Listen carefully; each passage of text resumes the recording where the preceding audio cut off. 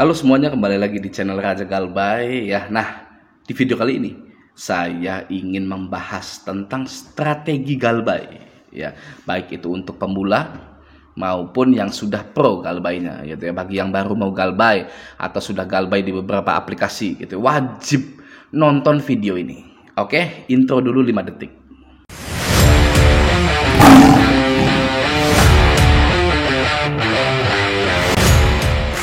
Wah, saya udah lama ya nggak pakai intro gitu ya. Kangen juga pakai intro Raja Galbay asli original gitu ya. Nah, kita ganti video. Strategi gagal bayar terampuh. Oke. Ada beberapa hal yang harus Anda pahami terlebih dahulu. Ya. Yang pertama, prinsip patennya. Orang yang bermain dengan pinjaman online itu cepat atau lambat akan gagal membayar angsurannya. Siapapun itu. Ya, saya jamin, saya garansikan. Ya, bahkan saya jamin para pakar-pakar keuangan yang lulus kampus yang lulusan kampus terbaik dari jurusan manajemen yang dirinya itu dibekali ilmu keuangan pasti akan gagal bayar jika sudah bermain pinjol. Ya, aneh ya, coba saja ya kalau ada pakar-pakar keuangan di sini ya, coba Anda main pinjol ya, gali lubang tutup lubang gitu ya. Oke, apakah Anda bisa? Saya tantang Anda, oke? Nah, saya punya beberapa teman di bank BUMN ya, yang notabene lulusan ekonomi dari kampus negeri ya, yang bisa memanage uang perusahaan gitu ya, dengan jabatan yang tinggi gitu ya. Namun untuk mengurus keuangan pribadinya ya, sayangnya juga dia minjol juga gitu. Itu malah berantakan. Ya, malah berantakan. Jadi prinsipnya siapapun yang bermain dengan pinjol pasti suatu saat nanti mereka tidak akan mampu lagi untuk membayar. Ya, itu sudah paten. Ya, itu harus dipahami. Itu prinsip. Oke, itu prinsipnya. Nah, prinsip yang kedua, waktu dan tekanan. Oke, pinjol legal rasa ilegal yang menjebak Anda di lingkaran depresi. Ya, uku, isi cash, watas, singa, dan lain-lain. Tenor 14 hari, bunga melebihi ketentuan OJK, penagihan mengintimidasi. Ya, itu adalah sistem. Oke, sistem untuk menjaga agar Anda terus memakai pinjaman online, bermain dengan pinjaman online, menjadi budak hutang pinjaman online.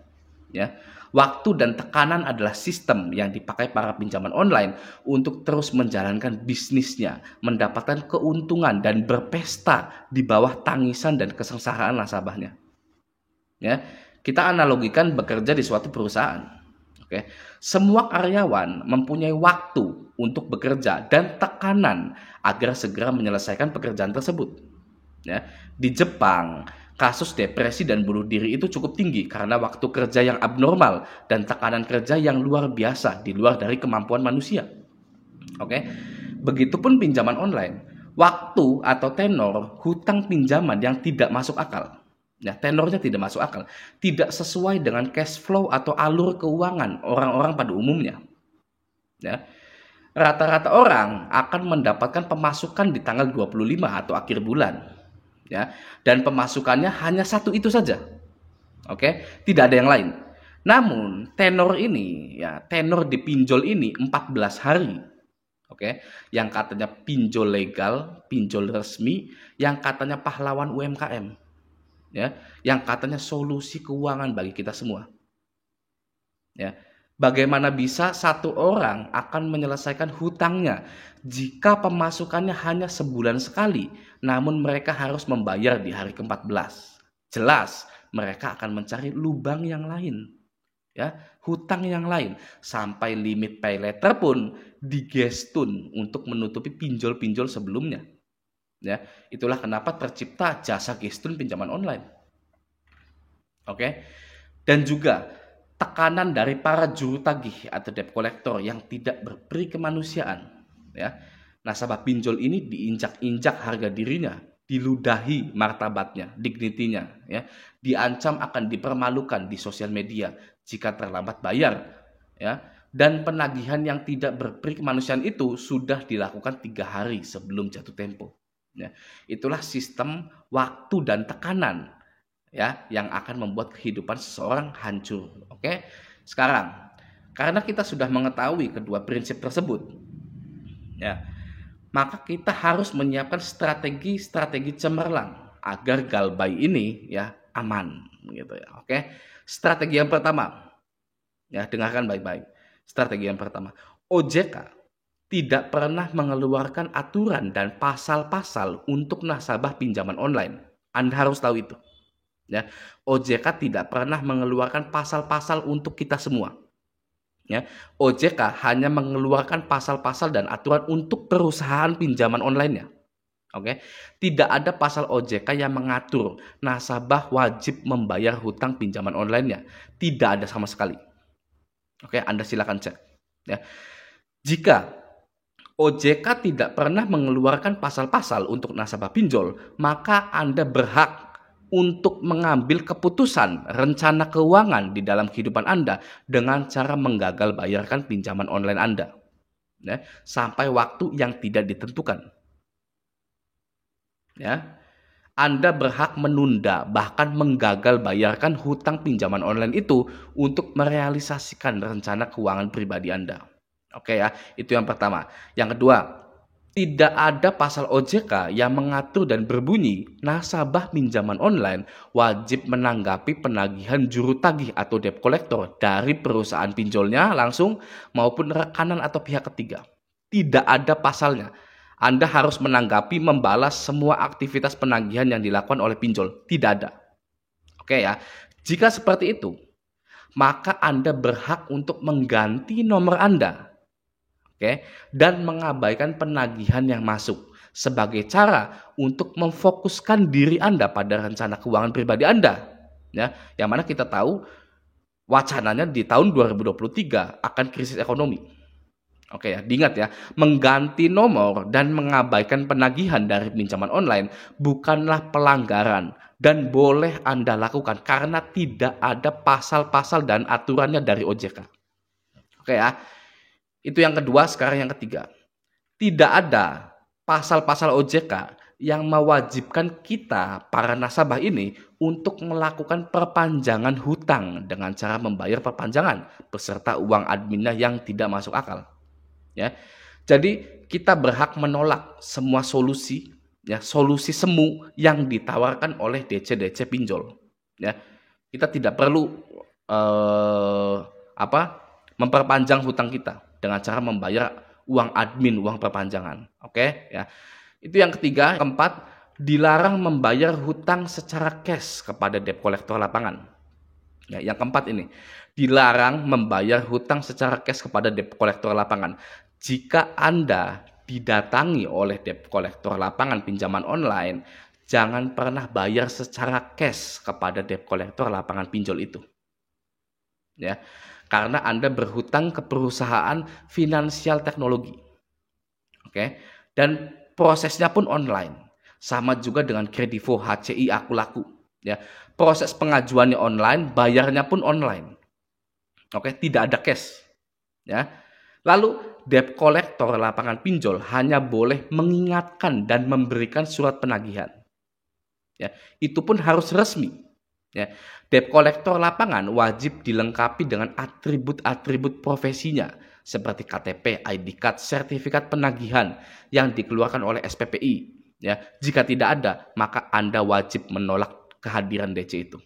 Ya, dan juga OJK tidak pernah mengeluarkan aturan di mana Anda harus wajib bayar ke DC lapangan pinjol. Tidak ada aturannya. Ya, tidak ada pasal-pasal OJK. Anda wajib membayar secara cash, tidak ada. Ya. Karena mungkin ya, kita semua tahu DC lapangan pinjol pun banyak yang tidak amanah, banyak yang membawa kabur uang tagihan-tagihan nasabahnya. Gitu, oke? Jadi ketika Anda didatangi oleh penagih hutang dari fintech atau pinjol, Anda tidak perlu membayar kepada DC lapangan itu. Ya, ini mindset yang salah. DC lapangan datang, Anda harus bayar, bukan. Ya. Oke? Ketika Anda didatangi oleh penagih hutang dari fintech, ya, dari pinjol, Anda tidak perlu membayar kepada DC lapangan itu dan Anda tidak melanggar hukum apapun. Oke, makanya ketika Anda didatangi oleh DC lapangan pinjol, Anda tidak perlu menyiapkan maupun membayar uang apapun kepada DC itu. Oke ya, itu yang keempat. Yang kelima, OJK mengeluarkan banyak peraturan dan pasal-pasal untuk pinjaman online-nya. Ya, bukan kita. Salah satunya, jika peminjam atau nasabah sudah 90 hari tidak membayar hutangnya, maka hutang itu hangus. Ingat ya, hangus. Oke? Hangus, bukan dialihkan ya ke pihak ketiga. Oke? Ya. Jika ada pinjol yang masih menagih lebih dari 90 hari, maka bisa dipastikan itu adalah penipuan. Ya. Karena menurut Direktur Pengaturan Perizinan dan Pengawasan OJK Hendrikus Pasagi, ya, mengatakan penyelenggara peer-to-peer atau P2P lending hanya bisa menagih cicilan yang tertunggak maksimal 90 hari. Setelahnya, pinjaman tersebut tidak bisa ditagihkan lagi atau hangus. Ya, konsekuensinya nasabah peminjam akan dimasukkan ke daftar peminjam yang tidak bayar pinjaman. Mereka tidak akan dapat pinjaman dari P2P, lending dan perbankan lagi. Oke, itu kata Hendrikus Pasagi. Bukan dialihkan, ya, bukan dialihkan ke pihak ketiga, tapi hangus dan masuk slik OJK. Oke, banyak sekali yang berpendapat gitu ya, berpendapat atau mengeluarkan statement bahwa setelah 90 hari hutang kita ya itu dialihkan ke pihak ketiga. Bukan. Ya, kalau dialihkan ke pihak ketiga ya itu penipuan, itu sudah penipuan. Sudah penipuan karena langsung dari OJK-nya setelah 90 hari hutang kita hangus dan kita dimasukkan ke slik OJK. Kalau hutang kita sudah hangus dan sudah dimasukkan di slik OJK sesuai dengan aturan yang diterbitkan oleh OJK, lalu kita masih ditagih, ya kita rugi, 2 kali ruginya. Sudah masuk slik OJK, ya ditagih lagi, ya kan. Maka dari itu, ya buat orang-orang ini ya pinjol yang masih menagih setelah 90 hari adalah scam, penipuan, ya karena sudah jelas jika kita tidak bisa membayar bukan ditagih lagi. Tapi kita akan dimasukkan ke daftar blacklist OJK. Oke, nah sekarang saya rangkum. Ya, jadi ketika Anda gagal membayar pinjaman online, maka strategi yang harus Anda lakukan adalah nomor 1, tidak perlu menanggapi penagihan yang masuk dari DC pinjol. Ya, karena tidak ada aturannya, tidak ada pasalnya. Anda harus menanggapi DC pinjol. Oke, yang kedua, Anda berhak untuk mengganti nomor Anda. Ya, karena itu bukan pelanggaran. Ya, tidak ada di OJK. Ya, Anda mengganti nomor itu ada pelanggaran, tidak ada. Ya, OJK tidak pernah menerbitkan pasal-pasal itu. Oke. Nomor 3, Anda berhak menggagal bayarkan pinjaman online Anda. Ya, ingat ya, Anda berhak menggagal bayarkan pinjaman online Anda untuk mewujudkan planning keuangan pribadi Anda. Oke. Itu yang nomor 3. Nomor 4, Anda berhak menolak kehadiran DC lapangan. Ya, karena tidak ada. Ya, lagi-lagi tidak ada pasalnya, tidak ada aturannya OJK menyatakan nasabah harus menemui DC lapangan, tidak ada. Ya, nomor 4 itu. Nomor 5, Anda tidak boleh membayar uang angsuran secara cash kepada DC lapangan. Karena ini fintech, ya, finansial teknologi. Gitu, ya. Prosesnya online, pembayarannya pun online, ya. Dan juga untuk meminimalisir DC itu tidak amanah, ya. Anda bayar tapi tidak disampaikan, gitu. Itu nomor 5 ya. Anda tidak boleh membayar uang angsuran secara cash kepada DC lapangan. Oke. Nomor 6, Anda perlu membroadcast semua kontak atau kondar Anda jika terjadinya penyebaran data yang dilakukan oleh pihak pinjol dengan alasan pencurian data. Oke. Dan membroadcast 2 kali dengan nomor yang berbeda, mengatasnamakan perusahaan pinjaman online tersebut yang meminta maaf karena adanya kesalahan sistem administrasi dan pencurian data. Gitu ya, yang sudah saya bahas di video sebelum-sebelumnya. Oke ya. Dan juga yang terakhir, Anda tidak sendirian gitu ya. Anda itu galbay itu tidak sendirian. Oke, YouTuber hiburan sangat banyak.